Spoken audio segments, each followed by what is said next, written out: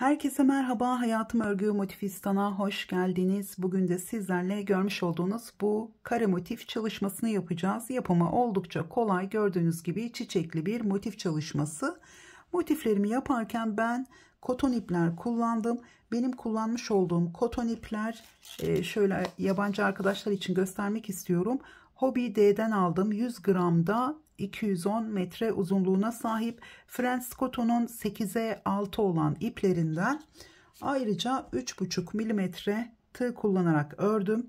Bu haliyle benim motiflerimin ölçüsü 10 santimetre oldu. Şimdi ben biraz örnek çalışması yaptım. Bu şekilde bütünü daha rahat görebilmeniz için.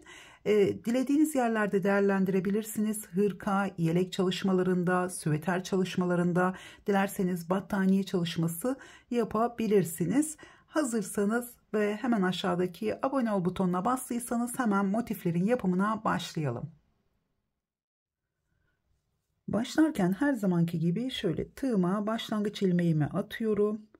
Çok sıkı olmayacak şekilde 1, 2, 3, 4 zincir çektim. İlk zincirin içine battım. Buradan bir ip aldım. Şöyle kaydırmayla tığımdaki ilmekten çekerek kapattım. Şimdi hemen bir zincir çektim.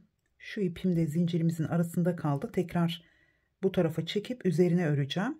Bir zincir çektim. Halkamızın içine yarım trabzan yapıyorum. Şöyle bir ip aldım. 3 ilmeği birlikte toplayarak yarım trabzan yaptım. Toplamda 12 tane yarım trabzanımız olacak. Şöyle 2, 3, biraz halkamız küçük olduğu için tabii ki burada biraz zorlanıyoruz. Sizler sihirli halka yaparak da başlayabilirsiniz. Hemen 12 tane yarım trabzanımı tamamlayıp tekrar geliyorum.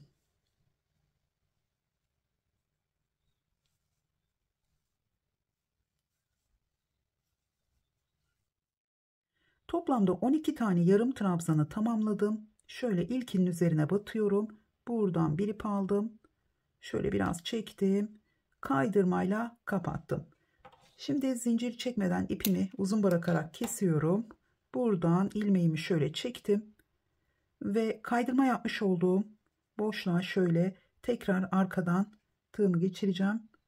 Şu ilk trabzanımızın arkasından bu ipimi arkaya çekiyorum. Daha sonra bu ipimizin üzerine örerek biraz uzun bıraktım. Zincir çekmediğimiz için üzerine örerek sabitleyeceğiz. Rengimi değiştirdim. Herhangi bir yarım trabzanın üzerine şöyle tığıma yine başlangıç ilmeği attım. Direkt sık iğne yaparak başlıyorum ben. Şöyle iki ilmeğimi birlikte topladım. İlmeğimi biraz uzattım. Şöyle buradan bir ip aldım. Yani şu şekilde de yapabilirsiniz. Ben biraz buradaki trabzanımız düzgün dursun diye, çünkü fıstık yapacağız. Şöyle ilmeğimizi uzatıp bu şekilde de devam edebiliriz. Dörtlü fıstık yapıyoruz. 2, 3 ve 4. Dilerseniz zincir de çekebilirsiniz. 3 tane zincirle başlayabilirsiniz. Hepsini birlikte topladım. 1, 2, 3 zincir çektim. Sıradaki trabzanımızın üzerine yine dörtlü fıstık yapıyorum. İpinizin inceliği, kalınlığına göre burada 5'li de yapabilirsiniz. 3'lü de yapabilirsiniz. Yine hepsini birlikte topladım. Son 2'yi tekrar topluyorum. 1, 2, 3 zincir. Bu şekilde bütün trabzanların üzerine bir tane fıstık yapıyoruz. Aralarda 3 zincirimiz var. Toplamda 12 tane olacak. Sıranın sonunda bunu sayalım. Çünkü burada bakın, birleştirme yaptığımız yerde bazen arttırma yapabiliyoruz. Bir ilmekle kaydırma yaptığımız için şurada bakın, hem buraya hem buraya batabiliyoruz. 1, 2, 3 zincir. Şimdi şöyle ipimi çekiyorum. Bakın, kaydırmayı yapmış olduğum yere batıyorum tekrar. Burada biraz arada açıklık varmış gibi görünüyor ama sonradan o düzeliyor. Tekrar buraya dörtlü fıstık yapıyorum. Şöyle 3 ve dördüncüsü.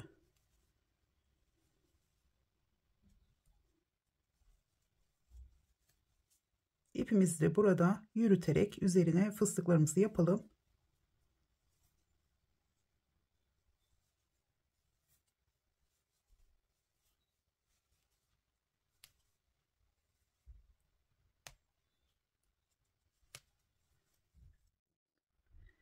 Toplamda 12 tane fıstığımı tamamladım. Sona geldiğimiz zaman şu başlangıç ipinin, benim de buradan çıktı ama sona geldiğiniz zaman şu başlangıç ipinin üzerine örerek gizleyebilirsiniz.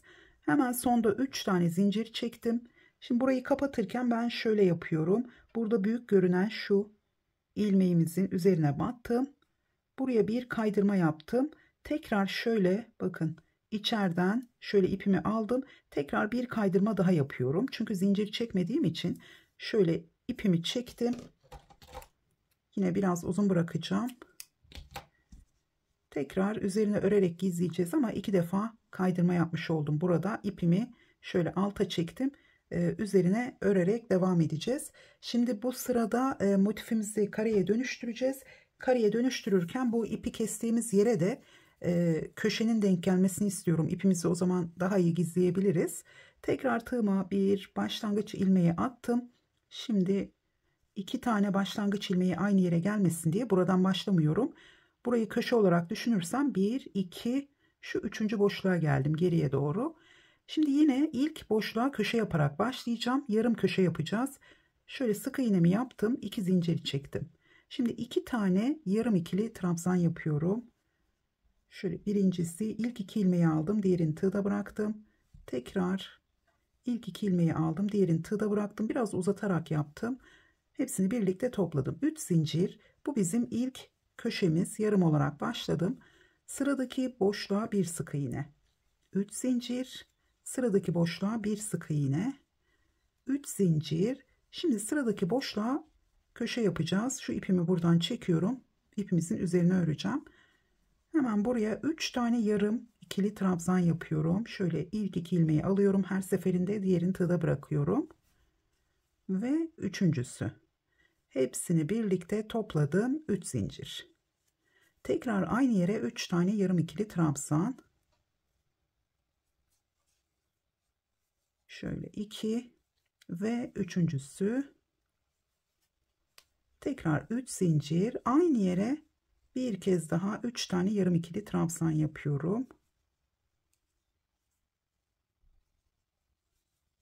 2 ve üçüncüsü. İkinci köşemizi tamamlamış oldum. Şimdi tekrar 3 zincir. Sıradaki boşluğa bir sık iğne, 3 zincir. Sıradaki boşluğa bir sık iğne, 3 zincir. Sıradaki boşluğa yine köşemizi yapıyoruz. Yani arada sadece 2 boşluğu bırakıyoruz. Şöyle 3 tane yarım ikili trabzan yaptım. Tekrar 3 zincir. Evet, bu sırayı da aynı şekilde tamamlıyoruz. Başladığımız yere geldiğimiz zaman da yarım köşemizi tamamlayacağız.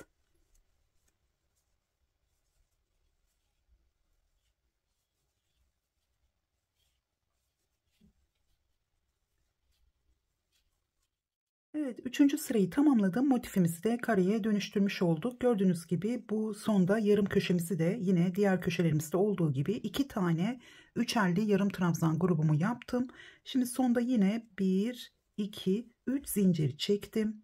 Şimdi buradaki hemen şu büyük görünen ilmeğin üzerine önce batıyorum. Buraya bir kaydırma yaptım. Tekrar bakın burada boşluk oluşuyor. Tekrar şöyle aradan bu tarafa doğru tekrar batıyorum. İpimi alttan aldım. Tekrar bir kaydırma yaptım. Hemen ipimi uzun bırakarak ipimi kestim. Şöyle yine arkaya çekeceğim bu ipimi.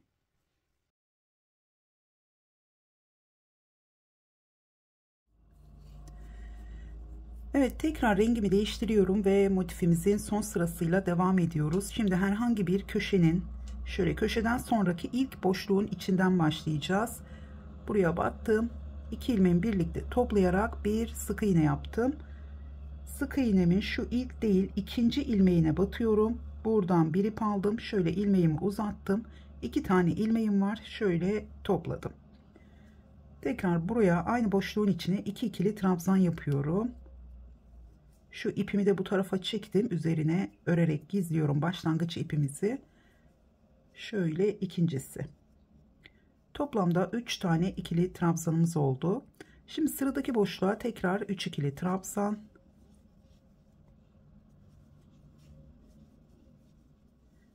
sıradaki boşluğa 3 ikili trabzan,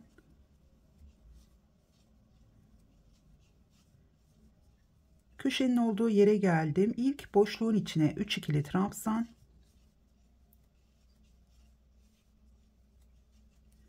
3 zincir, tekrar sıradaki boşluğa 3 ikili trabzan. Köşelerimiz bu şekilde olacak. Şimdi sıradan devam ediyorum. Yine boşlukların içine 3 ikili trabzan yapıyoruz. Aralarda zincir çekmiyoruz. Sadece köşelerde 3 zincirimiz var.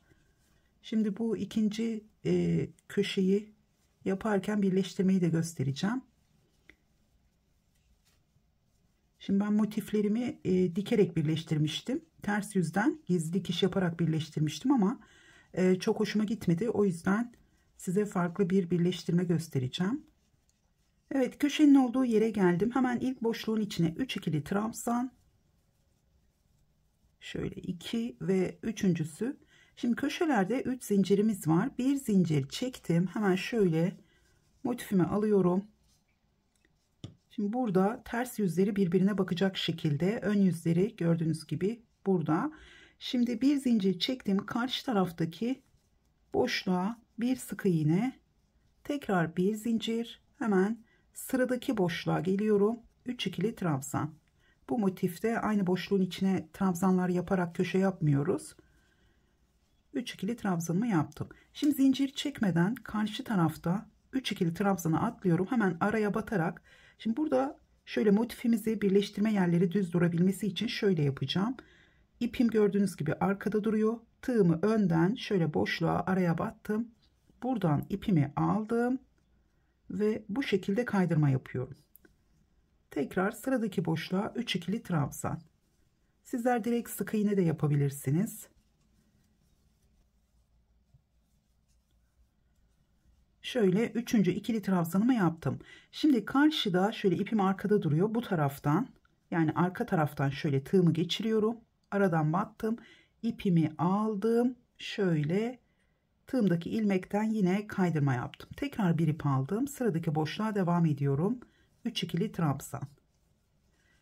Bu şekilde birleştirme yaptığımız zaman daha düz görünüyor. O yüzden sizler tabii ki sık iğne ya da şuradan alarak da şöyle kaydırma yapabilirsiniz. Şimdi tekrar buraya geldim tersten. Buradan ipimi aldım ve yine kaydırmamı yaptım. Burada kaydırma yaparken tığımızdaki ilmeği çok küçük tutmayalım. Çünkü aralarda zincir çekmediğimiz için gerginlik olmasın. Tekrar sıradaki boşluğa 3 ikili trabzan. Tekrar buraya geliyorum. Buradan battım. Bir ip aldım ve tığımdaki ilmekten kaydırma yaptım. Şimdi köşeye geldim. İlk boşluğa 3 ikili trabzan.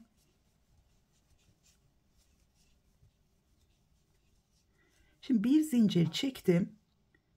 Bu taraftaki 3 zincir boşluğuna bir sık iğne, tekrar bir zincir ve sıradaki boşluktan devam ediyorum. Şimdi iki kenarın birleştirmesini yapmış olduk. Bu şekilde 3 kenar birleştireceğiniz zaman yine aynı burada yapmış olduğunuz sık iğnenin üzerine batarak, diğer motifi de buraya batarak köşeyi birleştireceksiniz. Şimdi buradan ben artık devam ediyorum. Motifimi birleştirmeyi tamamladım.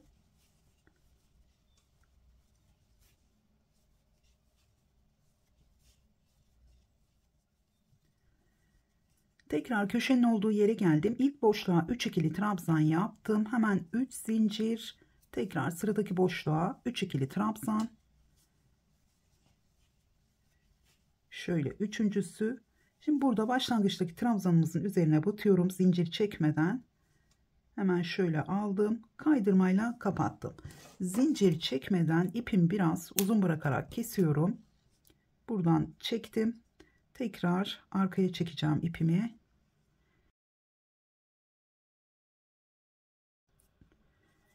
Evet, bu ipimizi de arkada şöyle ilmeklerin arasında şöyle küçük bir tığ numarası kullanarak gizleyeceğim.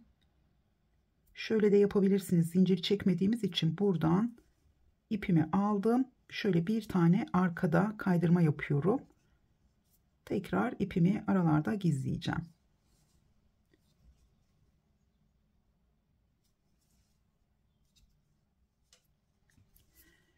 Evet, motifimizin ve birleştirmemizin anlatımı bu kadar. Umarım beğenmişsinizdir. Beğendiyseniz beğen butonuna basmayı ve yorum bırakmayı unutmayın. Tekrar görüşünceye kadar hoşça kalın.